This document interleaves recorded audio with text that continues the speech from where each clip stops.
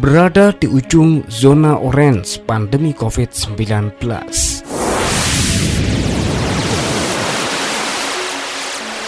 Perang melawan COVID-19 di Jepara belum usai.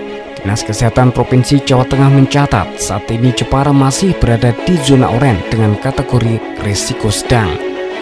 Jika dilihat dari jumlah kasus hingga Sabtu 31 Oktober 2020, masyarakat yang terkonfirmasi COVID saat ini sebanyak 172 orang dari total 2011 kasus positif selama pandemi.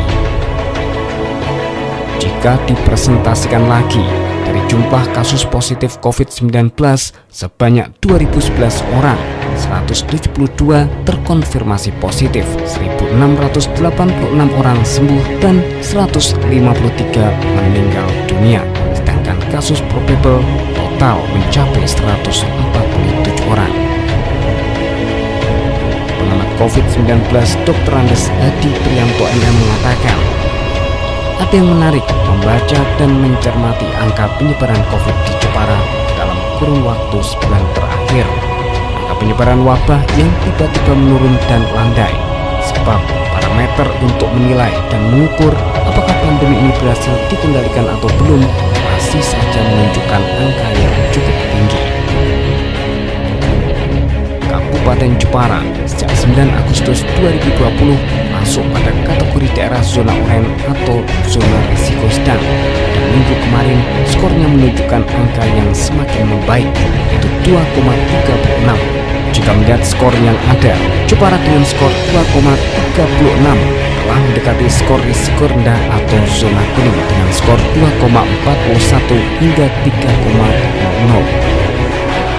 Merupakan capaian terbaik Jepara pasca ditetapkan sebagai daerah dengan zona oranye. Dengan capaian itu, kini Jepara menempati urutan kelima di Jawa Tengah.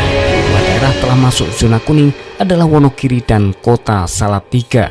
Sedangkan dua daerah lain yang berada di ujung zona oranye mendekati zona kuning adalah Demak dengan skor 2,41 dan Klaten dengan skor 2,38 serta Jepara dengan skor 2,36. Kita saat ini memang Jepara berada di ujung zona orange ya, ranking 3 atau 4 di tingkat Jawa Tengah atau ranking 5 di tingkat Jawa Tengah seminggu yang lalu, karena memang data ini diupdate setiap minggu bukan setiap hari. Pada saat Jepara pada posisi kelima tingkat Jawa Tengah, ada di ujung zona orange mau ke zona kuning, tapi masih ada beberapa digit ya untuk ke sana. Kita masih kalah dengan Demak, kita masih kalah dengan beberapa tempat lainnya. Memang kalau kita membaca hasil pendataan zonasi ini, memang ada beberapa titik kelemahan di tingkat parameter alat ukur itu. Tadi kan ada 14 alat ukur tadi dari 3 indikator. Misalnya, mudahkah sebuah daerah masuk dalam zona kuning? Tentu tidak mudah, sebab ada 14 parameter penilaian yang ditetapkan, sedangkan sumber datanya berasal dari daya surveillance dan database rumah sakit online Kementerian Kesehatan yang dikirim tiap hari.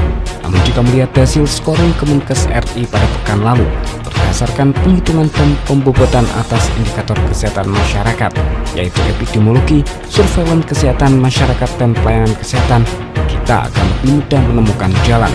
Sebab senyatanya indikator dan parameter penilaian itu bisa menjadi peta jalan yang berharga. Karena itu, agar Jepara dapat segera masuk pada zona kuning, ada beberapa catatan penting yang mungkin dapat menjadi dasar bagi para pemangku kepentingan dengan memanfaatkan hasil scoring. Pertama, langkah berdasarkan basis data dan bukan dengan asumsi.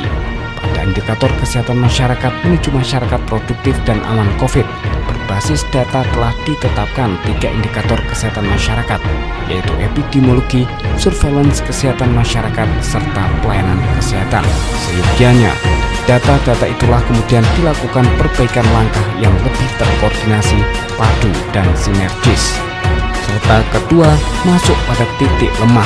Walaupun indikator dan parameter penilaian itu harus dipahami komprehensif, namun mencari titik lemah adalah sebuah langkah yang baik jika kemudian dari titik lemah itu mampu mendorong semua pemangku kepentingan untuk memperbaiki perannya tanpa mengabaikan perbaikan indikator yang telah semakin membaik.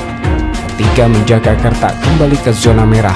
Belajar dari banyak daerah, bisa saja sebuah daerah dengan zona oranye masuk kembali ke zona merah, sebab kemudian banyak orang menjadi abai protokol kesehatan. Karena itu gerakan untuk mengubah perilaku masyarakat selaras dengan protokol kesehatan tidak boleh hanya berhenti pada operasi penertiban oleh aparat, tetapi harus dijadikan sebagai sebuah gerakan bersama yang melibatkan banyak pemangku kepentingan. Dalam kontras yang disampaikan Pak Bupati itu terbatas ya, bukan terbatas itu yang perlu dipenuhi, sehingga jarak pandang memang mengantar untuk ke titik hijau masih sangat jauh. Kuning pun masih kadang-kadang sudah sampai di ujung kemudian muncul lagi, sehingga naik lagi. Ketika sudah sampai kuning bisa naik lagi ke merah kalau kita tidak hati-hati, sehingga masyarakat harus bersedia mau tidak mau untuk memenuhi protokol kesehatan. Masih longgar ya, terlalu longgar ya juga kita dengan daerah-daerah lain kan. Ada masyarakat yang memang abai terhadap sikap itu, sehingga memang harapan kami ya penegakan hukum, kemudian operasi itu dikerjakan tidak hanya di kota, tapi mungkin di pasar-pasar pedesaan. Bahkan kalau kita lihat malah orang punya kerja itu longgar sekali. Agar virus corona tak semakin menyebar, maka perlu memperkuat testing, tracking, dan treatment, serta gerakan 3M, juga pencapaian pemeriksaan sampel 1 orang per 1000 penduduk per minggu. Membaca dan mencermati 3 indikator kesehatan masyarakat dan 14 parameter penilaian yang ditetapkan.